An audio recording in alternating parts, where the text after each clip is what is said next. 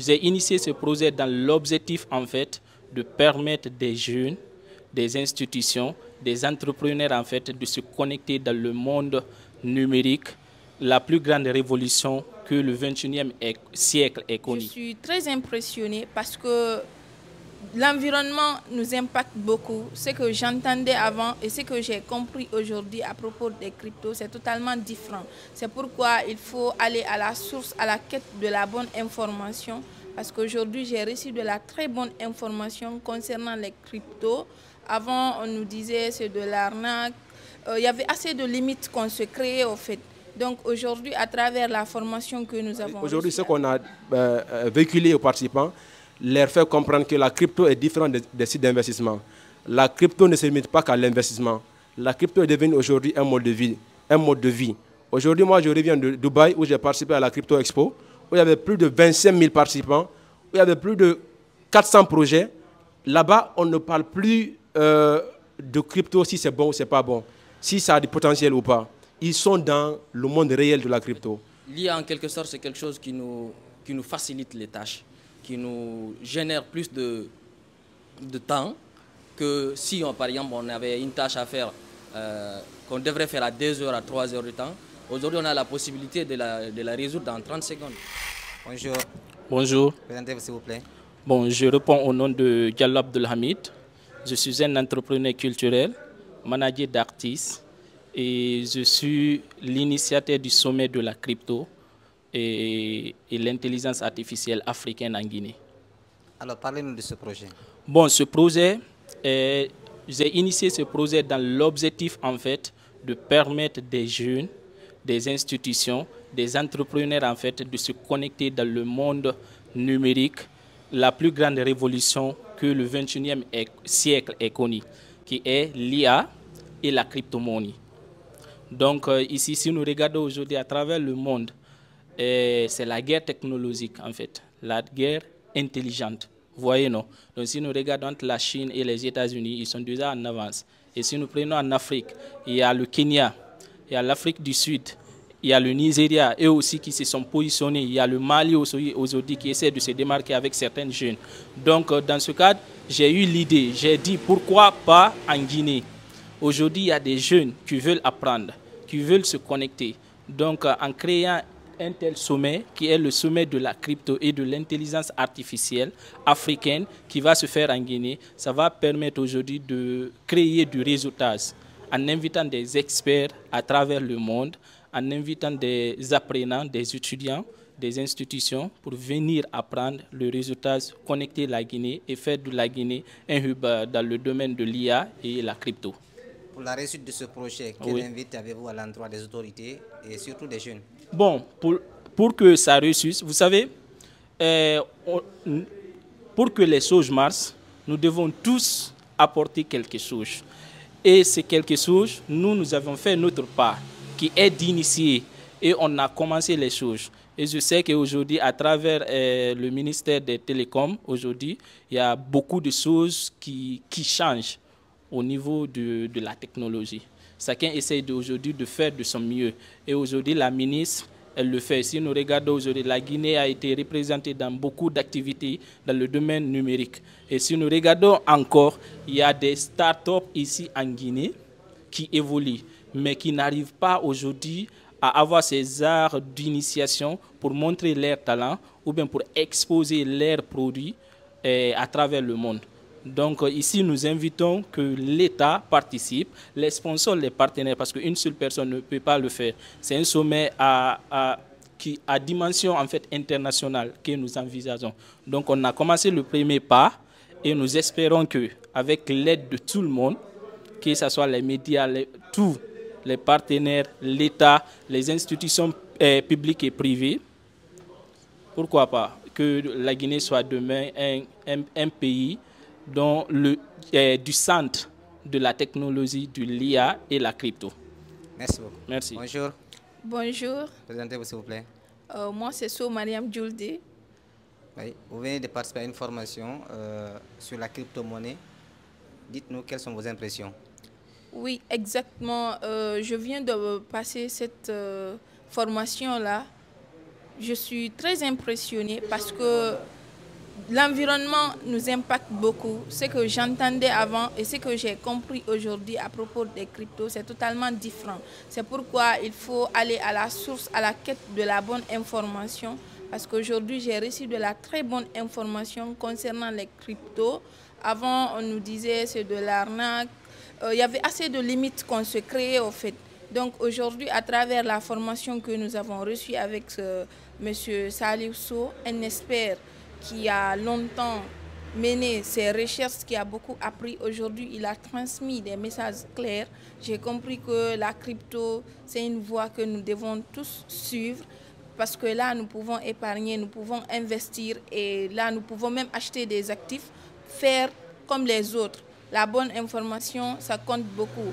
Là où il y a Trump, là où il a investi, nous aussi, on peut investir là-bas. Donc, c'est parce que il y a le digital, il y a l'Internet. Donc, j'appelle toute la jeunesse à aller vers là, à mieux se former, sans aussi continuer là-dedans. Il faut aller se former pour mieux comprendre toi-même et faire ton choix. Parce que quand tu connais, tu sais où tu vas et où tu mets tes pieds.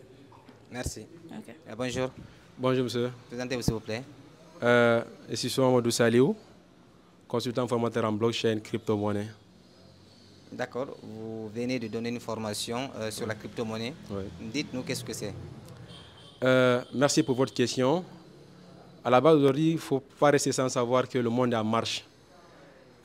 Aujourd'hui, nous avons tenu une formation sur la crypto-monnaie. À la base, il faut comprendre que la crypto-monnaie, c'est la monnaie du futur. C'est une monnaie numérique, c'est une monnaie virtuelle qui va au-delà des frontières. Aujourd'hui, nous avons tenu cette formation pour sensibiliser les jeunes, pour leur donner les bonnes informations afin qu'ils puissent s'imprégner. Les avantages de la crypto-monnaie sont multiples. Entre autres, la transparence, l'indépendance et la sécurité. Mais à ce niveau, je vais faire en tout cas un rappel. Vous savez, aujourd'hui en Guinée, dès qu'on parle de crypto, les gens parlent d'arnaque. Je le dis, c'est par manque d'information. Il y a eu de par le passé beaucoup de personnes qui ont été victimes d'arnaque, c'est vrai, mais ils doivent savoir que c'est des sites d'investissement qui les ont fait arnaquer. Il faut faire la part des choses entre la crypto et les sites d'investissement. Un site d'investissement qui utilise une crypto pour vous arnaquer est différent de la crypto elle-même. Donc c'est de bien comprendre cela. Aujourd'hui, ce qu'on a véhiculé aux participants, leur faire comprendre que la crypto est différente des sites d'investissement. La crypto ne se limite pas qu'à l'investissement. La crypto est devenue aujourd'hui un mode de vie. Aujourd'hui, moi, je reviens de Dubaï où j'ai participé à la Crypto Expo, où il y avait plus de 25 000 participants, où il y avait plus de 400 projets. Là-bas, on ne parle plus de crypto, si c'est bon ou c'est pas bon, si ça a du potentiel ou pas. Ils sont dans le monde réel de la crypto. Par exemple, je vais vous citer juste quelques avantages de la crypto. Si vous prenez aujourd'hui la crypto, elle vous permet non seulement de faire des transactions à tout moment, à n'importe quel moment, je vais dire. Par exemple, est-ce qu'une banque aujourd'hui peut vous permettre de faire une transaction, par exemple, à 0h du matin? Vous ne pouvez pas le faire. La crypto vous permet de faire des transactions à n'importe quel moment. Et vous avez le contrôle total de vos actifs. Par exemple, prenons un patient aujourd'hui qui a un compte épargne dans une banque un dimanche où il a besoin de faire sortir l'argent. Est-ce que c'est possible? La crypto vous le permet. Quand vous avez de l'argent, c'est que vous êtes sûr que vous avez de l'argent. À tout moment, vous pouvez faire sortir. C'est pourquoi j'ai dit, ce n'est pas que de l'investissement. Il y a beaucoup aujourd'hui qui épargnent dans la crypto. La crypto donne des moyens d'épargne. Il y a beaucoup qui paient les fournisseurs aussi avec la crypto. Tout ça, c'est des informations que beaucoup n'ont pas, beaucoup ont peur, puisqu'ils n'ont pas eu le temps de s'imprégner. Et ce que nous voulons faire, c'est ce qu'aujourd'hui on a véhiculé avec les participants. Merci, monsieur. Par exemple, aujourd'hui, pour ne pas terminer sans donner cette information, oui. J'ai eu la chance d'écouter un consultant de l'État indien sur les questions de blockchain et crypto à Dubaï. Imaginez ce que ça fait. Ça m'a donné un déclic. Si l'État indien a déjà un consultant sur les questions de la blockchain et la crypto, cela est révélateur. Cela doit en tout cas nous interpeller tous à comprendre que c'est ce qu'il a dit. Les cryptos, la blockchain ne sont plus une option pour les États, pour les personnes. C'est devenu fondamental. Et ça, il ne faudrait pas qu'on continue de dormir, que les autres avancent et que nous ne saisissions pas l'opportunité. Je tiens à rappeler qu'en Guinée, le taux de bancarisation n'atteint même pas 15%. Et la crypto, c'est un meilleur moyen d'inclure financièrement tout le monde. Moi, il me suffit 5 minutes d'inclure quelqu'un qui a un Android et une connexion financièrement. Par exemple, un entrepreneur qui a 0 Corée, qui n'a pas un compte bancaire, c'est facile pour lui de créer son portefeuille et de vendre ses services en ligne et qu'il reçoit ses paiements en crypto, en USDT. Et ça, c'est des opportunités que nous devons élargir.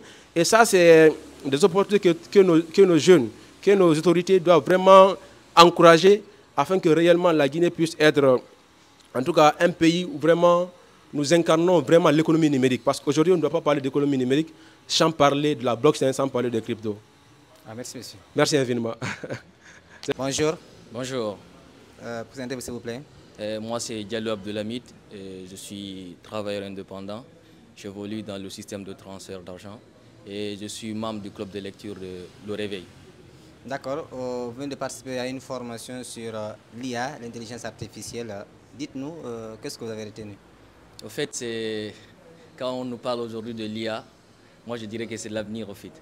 Et on a reçu la formation à travers Fodé Momo Bangoura, qui nous a vraiment impressionnés par rapport à la formation. Et aujourd'hui, l'IA, c'est quelque chose qui prend de l'ampleur partout dans le monde et surtout aussi avec la jeunesse qui évolue. Donc l'IA, ce qu'il nous a appris aujourd'hui, c'est qu'à travers l'IA, ça nous facilite la tâche. Ça nous met en fait en avant par rapport à la technologie qu'on nous rapporte maintenant là. Et en fait, l'IA en quelque sorte, c'est quelque chose qui nous facilite les tâches, qui nous génère plus de temps que si par exemple on avait une tâche à faire qu'on devrait faire à 2 heures, à 3 heures de temps. Aujourd'hui, on a la possibilité de la résoudre en 30 secondes, en 10 minutes, en 15 minutes. Donc l'IA, en fait, quelque chose, je dirais que c'est l'avenir de la jeunesse en quelque sorte. Et j'inviterai à tout un chacun d'y apprendre, de participer à ce genre de trading parce que c'est quelque chose qui est vraiment instructif. Merci beaucoup. Merci.